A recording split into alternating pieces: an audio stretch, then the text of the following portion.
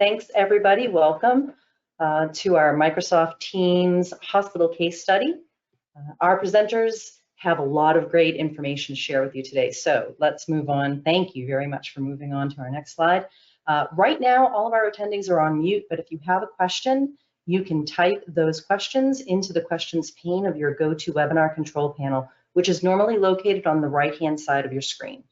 And if you click on the question mark icon, the questions pane will expand. Once you type your question into the white section of that questions pane, make sure you click the blue send button at the bottom. That's really important. At the end of today's session, I'll read those questions to our presenters and we'll try to answer as many questions as possible. If you have any technical difficulties, please feel free to text or call my cell phone, 916-276-1028. My name is Estelle. Or you can email me, and I've also entered my contact information into the chat section of the GoToWebinar control panel. Next slide, please. So now I'd like to introduce you to our presenters today. Margaret Campbell has been a director here at HealthNET Consulting for the past 8 years. She has program managed several large EHR installations and acquisitions at hospitals across the nation. As a program manager, she completed an EMR implementation for a multi-facility organization that included 26 hospitals. And most recently, she managed a multi-facility go-live of 17 hospitals in just 3 months during COVID. Margaret has a PMP certification from the PMI Institute, and in her free time, she volunteers for the American Cancer Society and the Relay for Life event. And of course, she enjoys spending time with her family. Mary Buonanno is the Healthcare Chief Technology Officer at the Ergonomic Group. Mary has extensive experience in IT transformation at large healthcare organizations.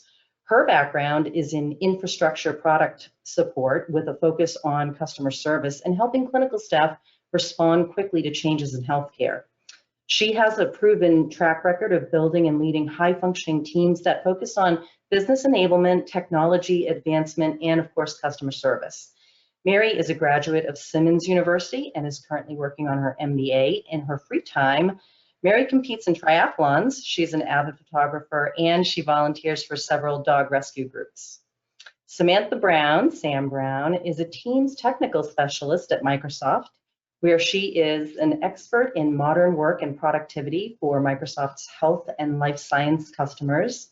She joined Microsoft after getting her MBA from NUI Stern with a focus on technical product management and entrepreneurship.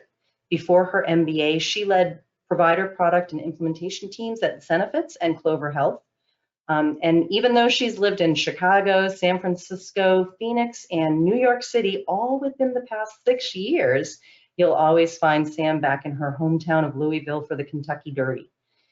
Most of her family is in the healthcare industry, so Sam believes in using her technical skills and business experience to improve the lives of providers by enabling them to focus on patient care. And with that introduction, I'm going to go ahead and turn the microphone over to our first presenter, Margaret. All right. Hey, hello. You can hear me, right? Okay. Hello, everybody. First of all, I want to say good afternoon and welcome. We look forward to sharing our experience with you. And what I'd like to do just to get started is let me go over what our learning objectives will be for the presentation. It's our purpose to demonstrate that how we use Microsoft Teams as a valuable tool for the hospitals that we did our most recent implementation, but it's also to show you how it could be a valuable tool for your hospitals and other healthcare facilities. We'll also demonstrate how MS Teams was instrumental in a successful multi-state, multi-facility EMR implementation, especially during the COVID-19. And then lastly, we'll go over the requirements and technical considerations for the setup and the configuration of Microsoft Teams if you were to use it in a multi-state, multi-facility environment. Before we get started though, what I'd like to do is hand it over to Estelle to do a quick poll with all of you. It'll help us to understand where you are in your use of Teams currently in your organizations, and then it will help us direct a little bit more information. So if you could just take it, Estelle. Sure, I've gone ahead and I have launched that poll. Everybody should see it on their screens now. We have some people responding. We've got about 34%, 37%, 40% of our audience having responded. So we're just going to wait a minute more or so. For those of you that haven't responded yet, go ahead and click on the option that best describes your scenario. And once we get up to about 80% or so, I'll go ahead and close that poll and show the results.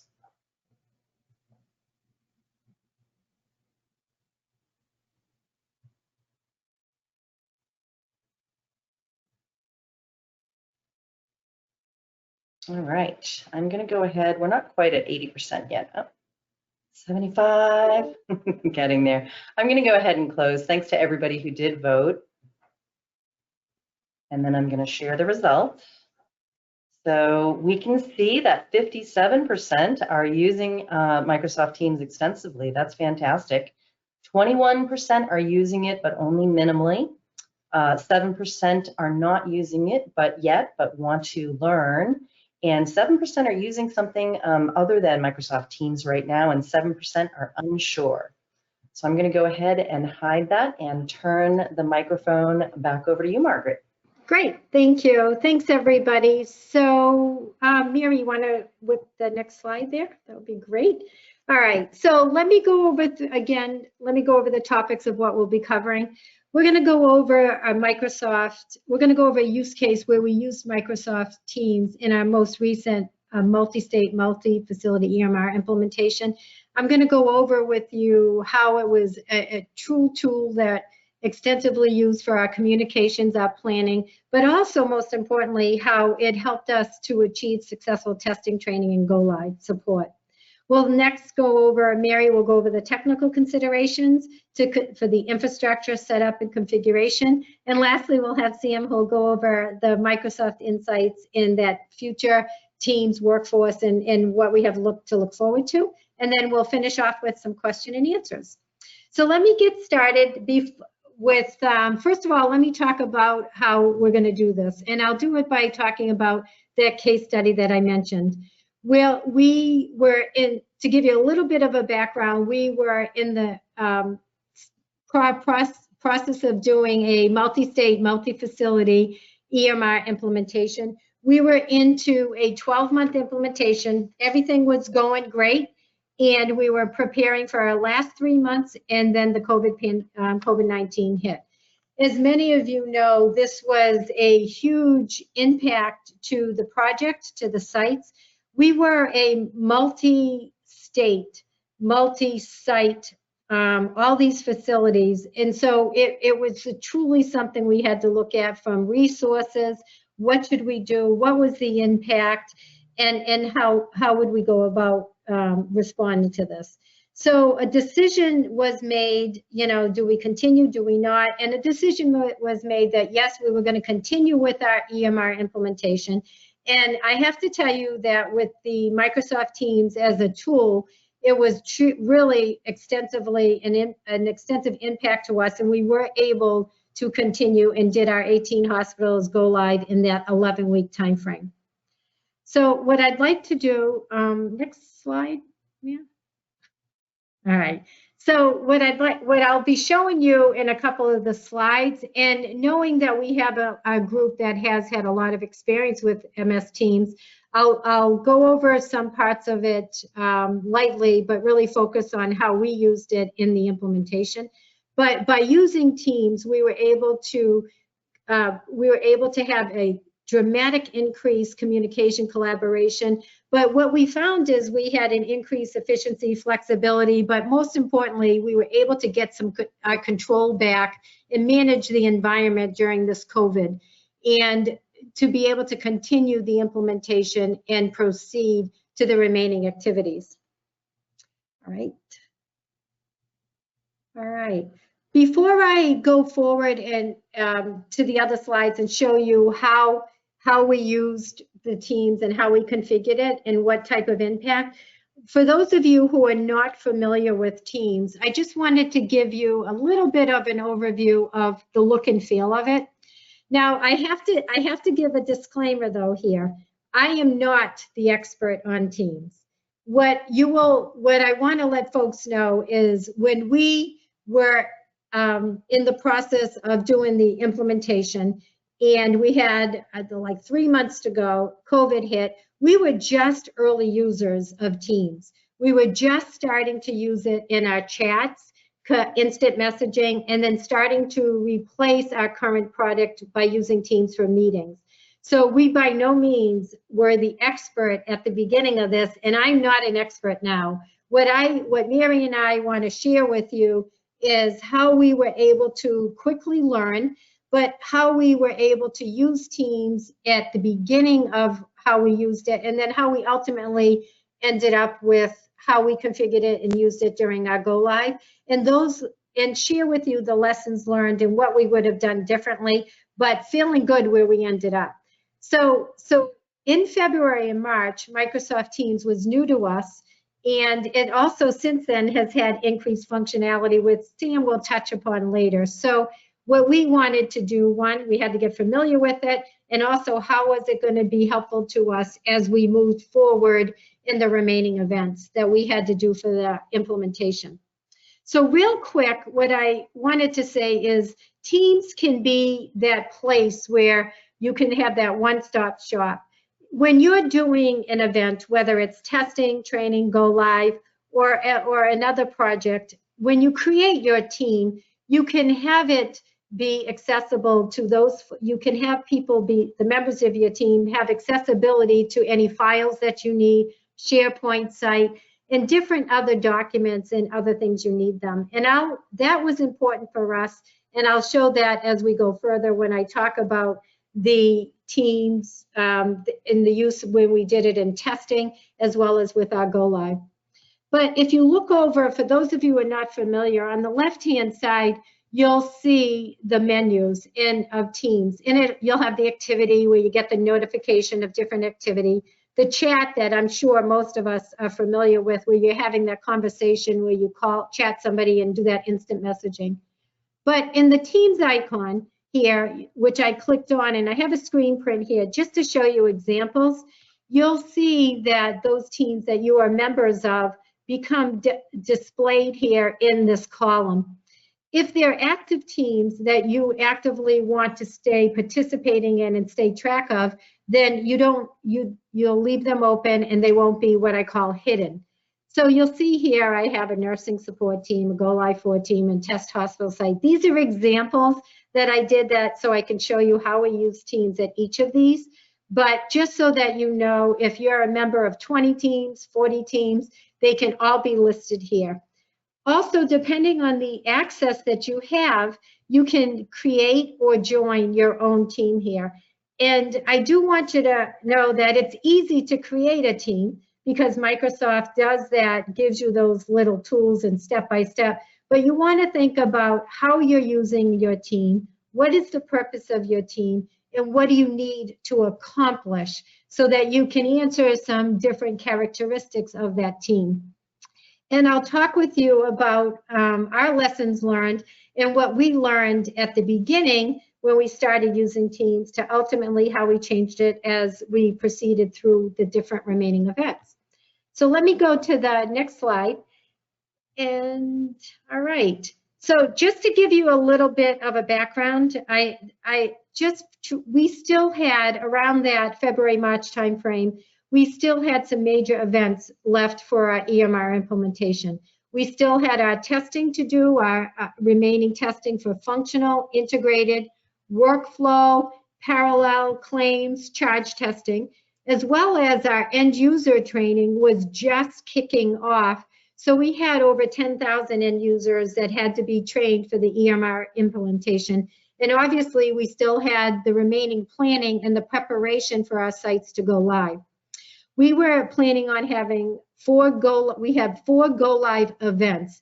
Because we were geographically across multiple states as well as multiple facilities, our plan was to do 4 go live events and had them group accordingly. Now, what we had planned on was the traditional implementation. And what that involves is a lot of IS resources that are usually deployed on site for testing, training, go live, Each of them different amounts, but definitely a focus of having our IS resources on site to support the end users and the folks at the facility. We also had a larger amount of manual processes because by being on site, you're there. So you have your manual folders for testing, you have manuals for training, you just end up with more manual processes. In addition, in our traditional, we would have a lot of multiple teams for check-ins. So all of this needed to change because of the COVID-19. So as you'll see in the next slide, we looked at how do we now support the testing, the training, and the go live in a remote implementation using Teams. So next slide. All right. So I won't go through each of these lines, but what it will show you is that, and I am going to go through the screens of how we use Teams, how we configured it, and what the impact it was. But with the testing, with using MS Teams, and we did a remote, what we were able to do is decrease significantly the IS resources that we would deploy on the site. Now, previously, we would have had a testing event. You have X amount of IS resources, so we would have been testing separately each hospital at a different time. So I might have had hospital 1 this week, hospital 2 that week. But now that we were using MS Teams remotely, we were going to be using most of our IS resources would be supporting the testing event on a remote basis. So because of that, we could be much more flexible and creative, and we were doing multiple hospitals at the same time. So as we did our parallel testing, our integrated testing, functional, device, charge testing, all those remaining testing events that we had to do within that 3-month time frame, we were able to consolidate and be much more flexible and get more testing done because we were able to test multiple sites at the same time using our teams. I'm going to have Mary show the next slide real quick because I want to show you what I mean by that. So when you look at how we built the teams, I have here an example, test site hospital 1. We also created test site the other hospitals, which might have been hospital 2, 3, 4, that were going to be testing during the same event. So by putting teams together, we would have a team for each of our hospitals testing, but we were able to support, from an IS standpoint, we were able to support these multiple testing events at each of our sites. So what we did is we created a test site for hospital 1, and underneath the hospital site, we created different channels based on the functionality of the EMR or the department that we would have been doing the testing. For those of you who are familiar with an EMR implementation, you'll recognize some of these departments. We had the billing, case managers, nursing, lab, pharmacy, and it went on and on. Now, what we did is, because we had a designated end users from each of the sites that were participating in the testing, we would load our end users as members of the team at the hospital they were testing at. So we would have hospital 1 that might have had 100 people who were testing from our end users. They became part of our team. Hospital 2, hospital 3 could have had another 100. They were not, our end users were separate and unique from each of our sites. But what we did is we created our channels were the same for each of our hospital teams. And our IS resources we assigned to the channel they were responsible for. So the nursing analysts were on the nursing, pharmacy on pharmacy, provider support on the provider support. So by doing that, our IS resources were focusing on the communications and the testing events that were happening in their areas. I did want to point out to you that during our testing, remember I said that the teams can be a one-stop. What we were able to do is, using the teams and bringing in the applications, we were able to allow our testers and our IS folks access to the SharePoint site, and you'll see it here where I have a drop-down menu where it says Open in SharePoint. So, but they could click on that at any point, be able to see any of our test scripts, our training or education that had to do with the EMR. We had some other types of tooltips also readily available, but I just wanted to give you this screen print so that you can see that instead of having those manual folders that we would normally have, we posted the test scripts for day 1, test scripts for day 2, and as we proceeded through our testing event, the scripts were there. And as the testing occurred through the conversations, which I'll have a slide that'll show you if you're not familiar with the conversations, we would find out the steps as they were completing. So when registration completed the registration, the end user would say, okay, I'm done script 1, step 2, next, and then the next group who's in that script, because everybody has the scripts up online, then proceeded to the next step. So what really Teams allowed us to do was to be definitely much more efficient in that we were doing multiple sites of testing at the same time with the same amount of our IS resources. And as a project manager, and as well as the app resources who were supporting this, we could go team by team, channel by channel, and make sure everything was progressing. We also were able to quickly pull together a meeting or a conversation if needed with everybody that was participating on the testing, because you could have it jumping off from your team meeting here. So there goes the need for these multiple status meetings, check-ins on how the testing's going. We did a kickoff, we did an end, but as needed, we pulled together the group by doing a quick meeting or general announcements to everybody who was testing. So it truly, truly was an efficient way of doing it. So we were able to finish our testing. We did, I believe, over 20 to 23 testing events, and we did thousands and thousands of scripts. But we did use Teams for all the remaining testing that we had, from integrated to parallel device testing, claims and charge testing. So we also, next slide, Mary, please. I also, though, want to let folks know that as we were using Teams in our testing, we also, after each of those events, the apps team, the project, myself as the program manager, would meet with Mary and her technical team, and we'd look at what worked, what didn't. Because remember, we were early users to this, so we stepped back and said what worked well for us and what didn't. So we learned that, okay, it worked great for testing, but how would we use this and configure it for our go live? What would we do differently? So we did tweak it after each event, and I'm going to talk about a little bit more detail when I get to the go live screens here to show you how we changed it to the go live to what we ultimately ended up with. But before I move on, let me talk about what did Teams do from a remote implementation for the training. So traditionally, what we would have done and what we planned on was a tremendous number of dependence on classroom training. We had outfitted all of our sites with classrooms specifically with the number and the volume that we would need in order to complete the training for over 10,000 end users. We were all set with that. We couldn't do that with COVID, as you know, because of the restrictions of traveling. Every state, every hospital had a different impact to COVID and a different restriction. So there's no way that we were going to be able to support all of those classrooms, in-room training, on-site training with our instructors.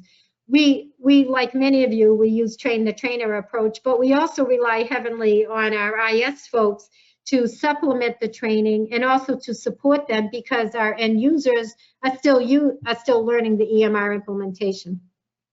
So what we did with Microsoft Teams is we truly changed from doing a more on-site training to being a high mix of remote training using trains, remote training using Teams, as well as the on-site classroom instructor-led.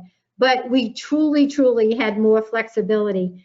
What I want to say, what this allowed us to do too, was we were able to do many more training sessions by using Teams, and we were also had unlimited members that could be trained. Because in a classroom, we were restricted originally you only had X amount of seats, but now with COVID, with the distancing that were required, some of our training rooms were cut down to more than 75%. There's no way that we would have been able to train all 10,000 plus users in the EMR without using this Teams as a remote training.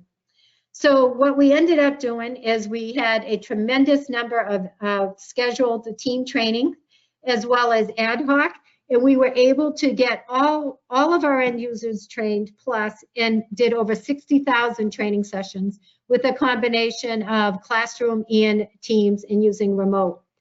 One thing I do want to bring up though is we were also, during the training, we were training on the EMR implementation, but knowing that Teams was going to be the critical tool for us for when we were going to go live and support all of our sites and end users, we needed to think of how are we going to train the end users in using Teams.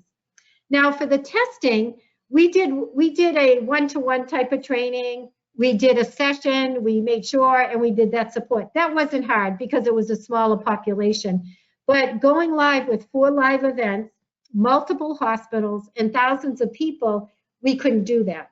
So we created tooltips, and we created an online computer-based training that was no more than 5 minutes in length, but showed the end users how we wanted them to use Teams during their go live event. So we geared it towards how we were going to use it, how we configured it, so that they would immediately know how to access Teams and how it was going to be used. And we also, to make sure that it was critical that they do this, we tracked the compliance of this to make sure that folks were completing the training and completing that competency. And we had a very high 90+% of our end users who did the training. And it showed, because when it came to the go live, we had a lot of our end users who quickly could get in there and use it. Because remember, not only was Teams new to us in the IS department in the February and March, but it was also new to all of our hospital sites who were going live. So they were also being very much learning this too. And if you know, many of you know healthcare, you know, a lot of our end users are still today challenged with multiple devices and PCs. So we needed to make sure that training was done effectively. So it was done. We did, as you can see, over 60,000 training sessions. And I have to say that the tooltips and the training for the teams was highly successful. So now we're getting ready for our go live. So we've taken the things that we experienced in testing, what we did at training, and we said, okay, we're all set. We're going to have 4 go live events. So, but I'm here to tell you that how we use Teams and configured it for our first go live was definitely very much dramatically different from how we used it for our last go live, because we continued to use it, work on it, talked about what worked, what differently. Our go lives were successful, but we got better at how could we use it better. And that's what I want to show you, because how we ended up with and how we ended up configuring it is definitely the approach that I would take going forward. So let me go into the next slide. And I want to show you how we looked at our first go live event. So again, we had 4 go live events. We had over 18, we had 17 plus hospitals. And so we had grouping. So when we first went live, we said, okay, let's create a team for each of our functional flows that we needed to support for the EMR. So you'll recognize these, your ED, your registration, radiology, nursing, order management, revenue cycle. So we thought, all right, we have a group of hospitals going live. We're going to group them all by their functional. So, and then what we did is we loaded all of our end users into all of these teams based on their role and their position. So the nursing went into nursing, revenue cycle went into revenue cycle, and order management, medical records, all of them, we loaded all of our users into each of their teams based on their role and their position. In addition, we did the same thing we did for training and for testing. Our IS resources were loaded, as I call loaded, but became a part of the teams that they would be supporting. The ED, radiology, registration, billing, PACS, and all of them going on. And we covered all of the different areas of the EMR in the departments to make sure. So we went live with this, and it was really effective in that our IS support was immediately on with our end users. And I have a slide that'll just show you a little bit about the conversations. But so our end users, as they were working in the new EMR or in their applications, if they had any questions or any issues, they would just open a conversation. If they were in the ED, they would open a conversation in the ED and say, hey, I can't find such and such, I need help. And our IS resource immediately could respond. We staffed our IS resources 24/7 to monitor the channels. Remember, we don't have traveling. We have our IS resources are all remote. They're all over the country, and they're supporting all of our hospitals, which are in multiple states and could be across the country. So we were able to efficiently do better scheduling 24/7, and every channel was monitored without interruption for over 2 weeks. Our end users were all in those channels, and they had immediate response. Now, this worked effectively for our end users with our IT because it brought the two of them immediately together. And the IS resources could quickly answer in a conversation if they had an answer to that, or you'll see the next slide that I show you. Real quick, I think, Mary, next one. You'll see here where, and I just use me as an example, where a nurse might say, hey, I need help finding my oxygen order, and then the IS resource person would say, okay, here it is here. But here's where Teams became a true benefit for us, because if it couldn't be an immediate answer that the IS person would say to the end user, you have the ability with Teams to jump off into a private conversation, then work with that individual, finish it off, and then come back in. Or you can message, Mary will talk about, we had different technology in different places, but if that end user was in a location where they didn't have audio, we would ask for the number, what number can we call you, and then our IS resource would call. But the point here to make is we had a direct link between our end users and our IS support. They didn't have to call a help desk. They didn't have to go down and notify the command center. They didn't have to call a help desk. They had immediate response. So that part was really effective. But what we learned through the go live was really effective from an end user to an IS support, and it went really, really well. But from a project manager, program manager, what I found is by having all these multiple teams, I found that clicking from going to team to team to team took took some time and effort to make sure that we knew what was going on at each of the sites. So and it's clicks, but every more clicks that you do, it does impact it. So we changed the configuration. So you'll see for the next slide that what we changed and what we did go live with for our remaining live events and what has worked really effectively is what we did is we had, even though we might have had 4 or 5 hospitals going live at the same time, we created one large team group. And by doing one large team group, then all of our end users were members of this team. What this helped us with is, because previously we were trying to match up, the user with that department that he or she belonged to. So as many of you know, depending on your hospital, we had multiple hospitals. A nurse could have a different position in multiple areas of her hospital. And we had to match those to the role that would then find her in the same functional. Same thing, I could have a PCA that worked in registration, but she was also a technician in nursing, so would have had to belong to different channels. So in the previous live, we had to map all of our end users to the right role so we could get them into the right channel. That too much complexity. You don't need to do that. So what we did in the last remaining lives and what's truly effective, we loaded all of our end users into that one go live team. And by doing that and keeping all of our channels public, and I'll talk a little bit about that, it allowed access of all of our end users to all of the channels. Now, you might think that, well, then what would keep nursing from going into billing, and what would keep ED from going into dietary? It didn't happen. Most of our end users recognized the channels that made sense to them. The nursing would go into the nursing, dietary go into dietary, and they were public channels. But we did not have to match up any of our end users to roles. So this was truly a simple way of doing it, and it was very much a positive.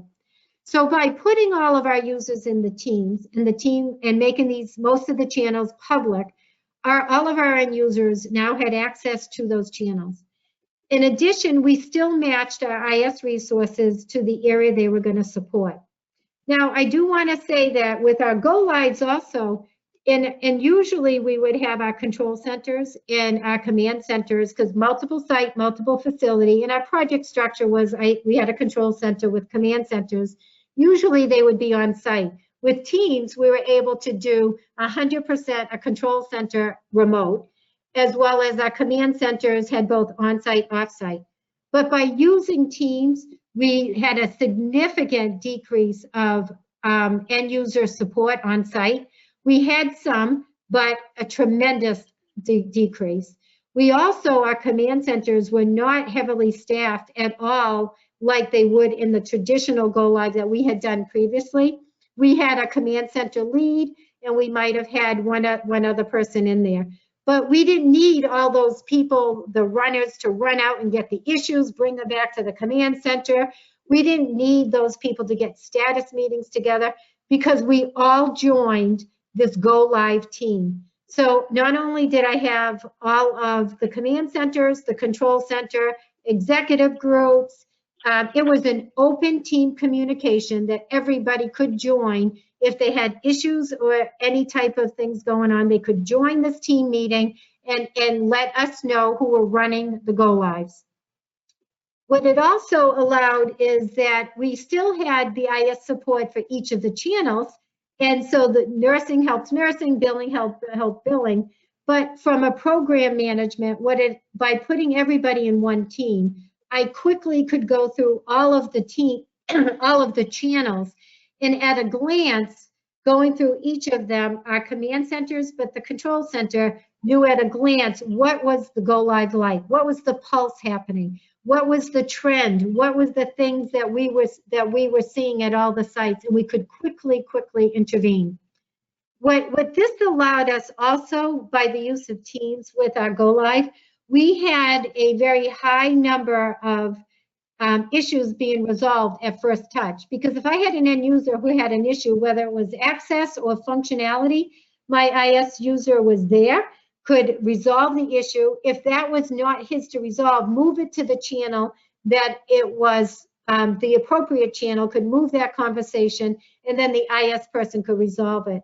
Most of our issues were resolved at first touch. We did, because Teams allows you to do multiple links, in our Teams, we also had the link to our help desk. So if our help desk online ticket system, so if there was an issue that couldn't get resolved, a ticket could quickly get opened, and we could tag it and we could monitor it. So the use of Teams was truly effective in the go live. We were more efficient. I did not have to run as many status calls because everybody was informed by becoming a member of these go lives. So we did use this configuration for our last few go lives, and it is definitely one that I would use going forward. There are some things that I would tweak. One thing I did want to bring up is earlier in our configuration, we had a lot more private channels. So we felt that our end users should stay in that channel and not be able to go to the other channels. What we quickly realized, though, there are limits to private channels. So early, when we were using this in the early summer, we had a couple thousand people that needed access to the nursing channel, and then all of a sudden we ran out of space. The other thing we realized, there's no reason to have private channels from an end user perspective. By giving them that access to all these channels, we did not have an issue with having to have them added to a channel because we missed them. Everybody had access. We did keep private channels, though, for those functional things that had to do with IS. And I only have like a minute, but I did want to tell you about this. Is we kept private channels for like the command, the control channel. The reason why is we had in that channel, I had the executive group, I had the IT leadership, and we had the IT support. The reason why is they were able to communicate to the control center as well as the command centers of any issues they were having or escalations they wanted or they needed help with without opening up all that chatter to our end users. So that was very helpful, as well as we had a private channel when for the cutover event. For that first cutover night and the control center managing that cutover, we knew the designated sites and the users who were participating in the cutover, both end users as well as IT. So this was very much a sequential orchestrated activities. So we kept it private, and by doing that, only those folks involved in the cutover activities were participating, and we could quickly track it. We did, we did retire that cutover after we were, quote, officially live in all the sites, and retired it and then opened it up to the others. But so there is a need for private channels. So when you have a designated group of people who have to come together for a function or a job, but is not really, you don't want open to the rest of your team, depending on the events that you're doing. But the majority of our channels, again, by the last few of our go-lives, we left them public and open because from a maintenance, it was definitely the way to go. So I'm done. What I'd like to do is hand it off to Mary, because I do have to say that as we were implementing the teams and using it for our go-live, could not have done it without the collaboration of Mary Buonanno and her technical team, as well as you have to work with the other project managers and the apps people until you get it right. So definitely, I shout out to Mary. And go ahead, Mary, your turn. Thank you, Margaret. So I'm just going to touch on a few things. This is called technical considerations, not requirements, because I would never talk about technical requirements and then have Sam follow me. So, because she would be the technical person and not me. So what I'm going to do is just give you a couple of highlights on a couple of things that we came across as we were trying to roll this out. Like Margaret said, keeping lockstep with your project managers from a technical perspective was key, because every time she dreamt something up, we had to get together and decide, can we do it? Can we not do it? So me understanding and my team understanding the environment and Margaret understanding the workflows was like a perfect mix. So if anything else, your technical and your PM, your project team have got to stay locked up. Not surprisingly, one of the most important things is your network. So even if you're using video today and you're going to roll something like this out for Teams, you're just going to have so many more people hitting it, like doing those training sessions, the 60,000 training sessions, really taking a look at your network and understanding what the bandwidth is and can you handle it. We were in the process of also upgrading the network at the same time. Margaret got there before we did, and I will tell you that we, for about a day and a half, her meetings had no video; they only had audio until we could upgrade the network. So very important to understand what your network requirements are. Wireless coverage is another one. Typically at the hospitals, there's always those nooks and crannies that you can't get to, but people don't normally go there. So when they want to have a private conversation, they're going to go find a nook and cranny. So understanding where your wireless coverage is, and if you have to boost it or let folks know, yeah, typically don't go down there because we're never going to be able to hear you. Also understanding the end user devices. What are they going to be using? And, you know, it's when they need it, when they would need the service, and they're going to go to whatever they have. So whether it's a desktop, mobile carts up on the floors, laptops, smartphones, you know, physicians continually would just, they're going to pick up their phone. They're not going to go find another PC. So understanding what the devices are that you're going to support this on and that they're going to be using it. COVID hit, as you know, cameras and headsets were very rare and hard to come by. And we had to do a lot of scrambling in order to get hardware so that we could outfit all of these hospitals. And understanding your hardware specs. So older PCs, older phones may not handle it quite as well. So it's really important to try to understand what the project team is expecting the support to be and where they're going to have people use it, and to understand the user's workflows. For one example, up on the clinical floors. So we had a chance, we had an opportunity where Margaret wanted to do this up on shared devices on the floor. So it was a great idea. Problem is, when the person came up and looked for help, it came up as that shared ID. It didn't say Dr. Buonanno, it said workstation 12345. So they had no idea who it was. We had a non-technical workaround for that. They taught everybody, tell me who you are when you go to ask for help. So we were able, because we were working with Margaret's team and understanding what they were going to do, we had a way, we understood what happened when there was an issue, when we could get around it. The other thing is up on the floors on those shared devices, you got to understand sometimes, like Margaret said, it's at night. They're not going to be obviously doing video and chat through voice at night. They're going to be doing it through chat. So understanding where they're going to be doing this up on those clinic floors and those shared devices, or their offices, can you point them to someplace? So understanding really what the user workflow is going to be, because they're all different. Remote users, we had a bunch of users that would either do it in the physician's office or at home. They're doing training at home and then they're going to have a question. Or they were looking up some results at night and they were remote. Well, then they had a problem. So understanding how an end user was going to use this, even if they weren't on campus. And that brings me into one of the last things was Microsoft is very flexible. They have, you can use a web client or a full client. Understanding using a web client sounds great. Make sure, and we have this happen, they weren't on parity. Back at the time, you could not do remote control through the web client, and that was going to be key. So we ended up having to roll out the full client. Web client worked a lot for some, but not for everything. So understanding the technical limitations is something else that's really important. Test it out in your environment exactly the way your end users are going to do it. So next up, Sam's going to talk about how she's helped hospitals leverage the power of Teams, especially during the pandemic. She is a Teams technical specialist for healthcare customers at Microsoft, and she's going to share some exciting platform updates that have resonated with most of her healthcare customers. Awesome. Oh, yeah. Thank you, Mary. Thank you, Margaret. So as this slide builds out here, I just want to first start by saying, yes, I'm a technical specialist for Teams at Microsoft, and I have all healthcare customers, and a lot of them were hospital systems.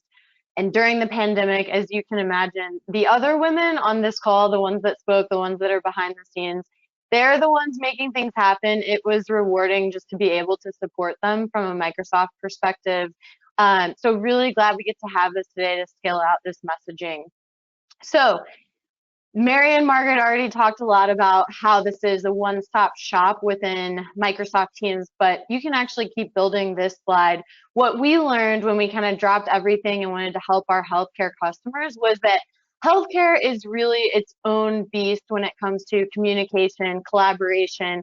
I mean, just on this slide alone, which doesn't even touch on all of it, these are all the different things you can find within Teams. Whether you talk about EHRs and workflows, onboarding new employees and training, which they hit on a little bit, virtual visits, whether that's scheduling, consulting with the doctor, connecting patients and families, and then at the bottom here, just making sure that that is all built on this really secure core platform that has all of the capabilities that you find within Teams. So if you go on to the next slide, I just wanted to give you some visuals of exactly what we're doing today, and then a little sneak peek on the things that are coming in the near future within Teams.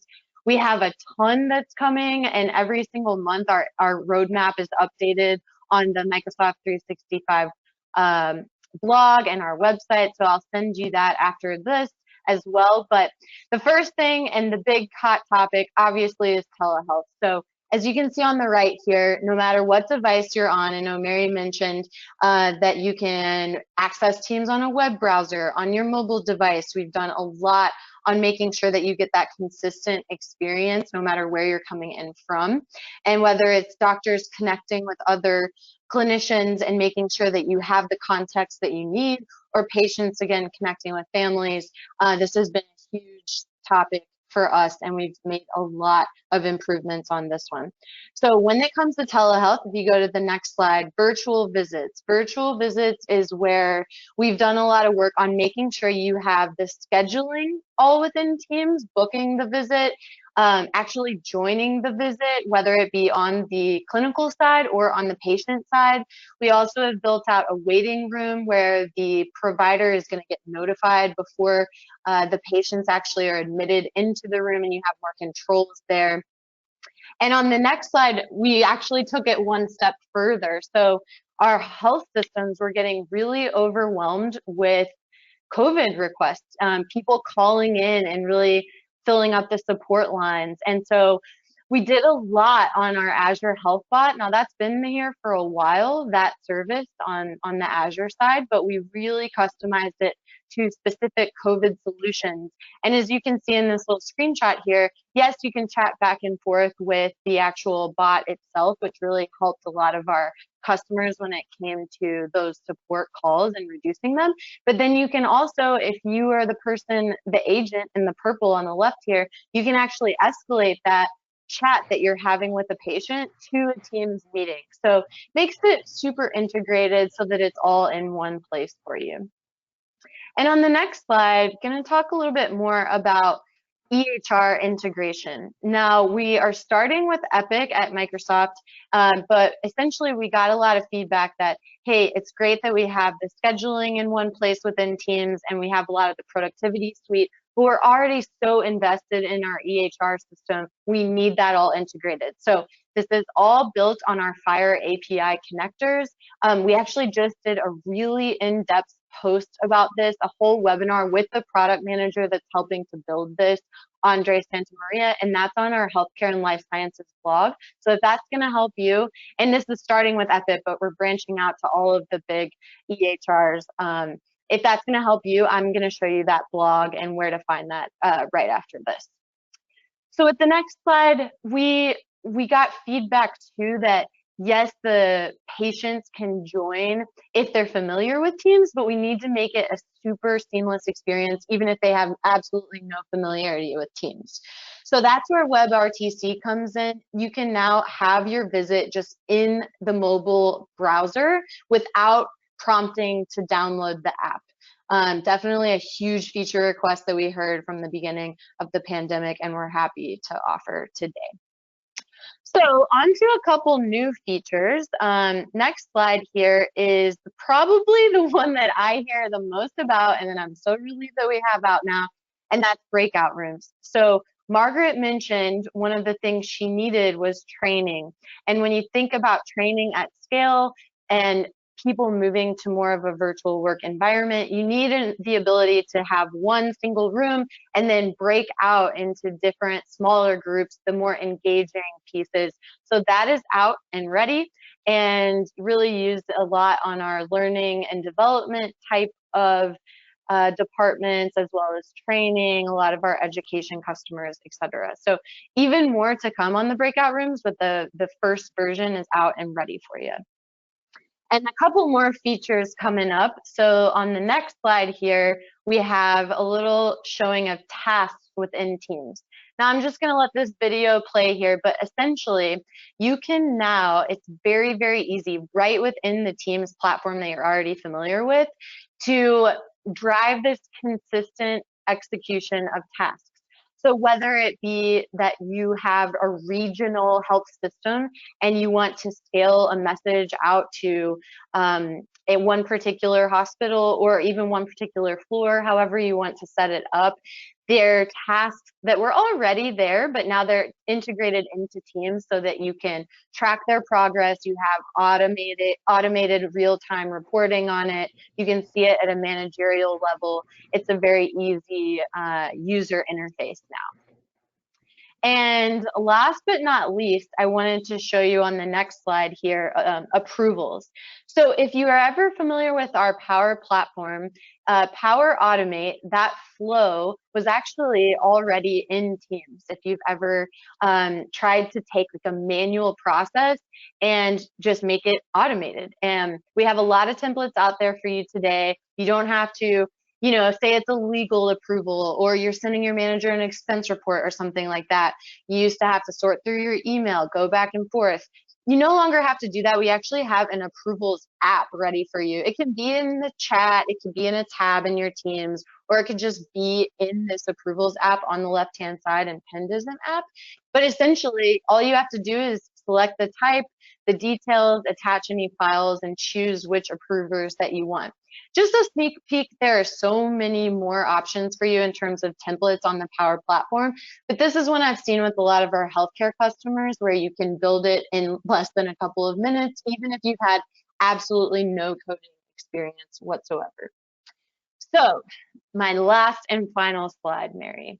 With that, I wanted to let you all know that that webcast that I mentioned on the FHIR API connector, other webcasts, so many how-to guides, best practices. We take a lot of people like myself from all over the Microsoft community that work with healthcare customers, and we make sure to consistently update this blog. So if you ever want to check it out to keep updated, it's aka.ms/HLS blog. And we have a lot of webinars like what we're doing today. We actually use Teams live events as our tool. And we record them, we put them up on the blog, you can see them afterwards too. So with that, I am here for questions, but definitely want to turn it back over. And thank you so much for listening. Thanks, Sam. And thanks, Margaret and Mary, for all of the great information that you shared with us today. There was a ton of it. In terms of what's next for your facility, for you attendees who are watching, we have a few handouts in your GoToWebinar panel. There is, of course, a PDF of today's presentation with a lot of links that you can link on if you want to download that before you leave. There is an Ergonomic Group brochure to tell you about what Mary's team can help you with in terms of your technical network, and there is also a HealthNET Consulting brochure or company profile that you can download to find out what HealthNET can help you with. The good news about questions, if you have any questions, by the way, we have a few more minutes before we get to the top of the hour. If anybody has any questions, ladies, the good news is the people who have been asking questions, I've been answering them in the background throughout the presentation. Let's see. So the last question that came in was actually a comment. Good info, super surprised this session was not done on Teams. So we are looking forward to using Teams in the future for this type of presentation, absolutely.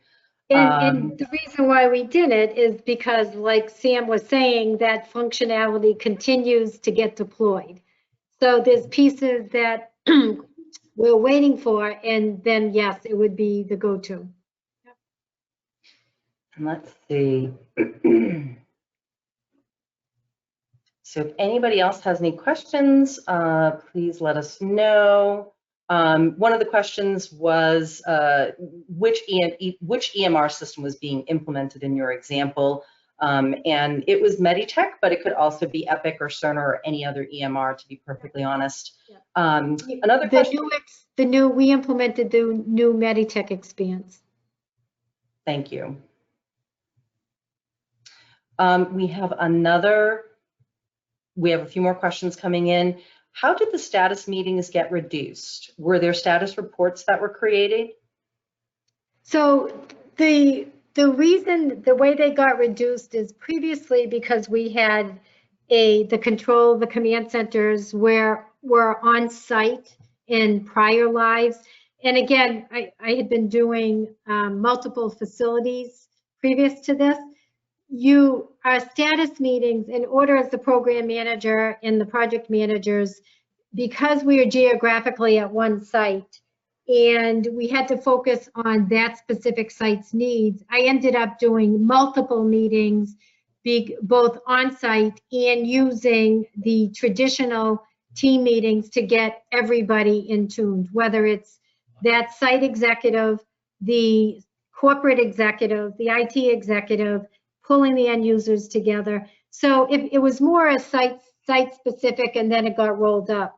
By using Microsoft Teams in our go live and the command, and having that one team with the command, but the control center, it was an open forum. So 24/7, I had the access to the executive groups and or the leadership, and at any time could give them that quick status update. So I didn't have the number of frequency of status updates I usually would do during the day, because they got that frequently during the team meeting and during the go live event. If they had a question, they'd jump in, or I constantly collaborative communication, so they knew. I did, however, though, we did do that morning and that afternoon and that executive. So I didn't rule out all of them. I still had those executive type of meetings. Again, I used Teams because everybody was geographically all over. And by using Teams, I could pull in quickly the statistics and how everything's going by the sites. So I do see a need for them, but I decreased it at least on a daily basis, less from having more than 10 status meetings a day to 2 to 3. Thanks, Margaret. So we have reached the top of the hour. I just want to remind people two things. Number one, if you need to leave right now because you've got another, if you've got a hard stop, please fill out the survey to let us know how we did. For those of you who can stay for a little bit longer, we do have some more questions coming in.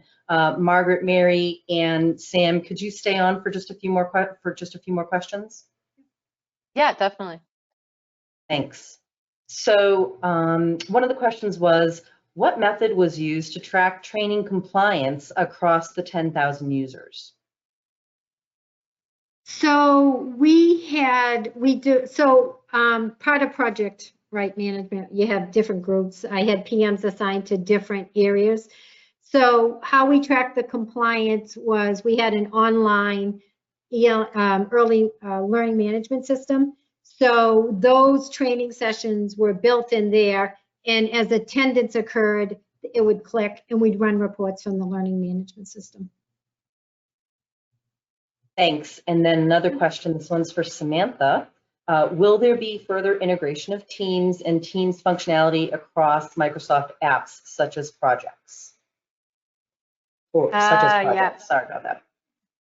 Yeah, great question. A lot of the roadmap that we're hearing from our product group has that common theme of, we have the productivity tools, we have the different apps that you can use to make things happen. Let's get them integrated all into Teams.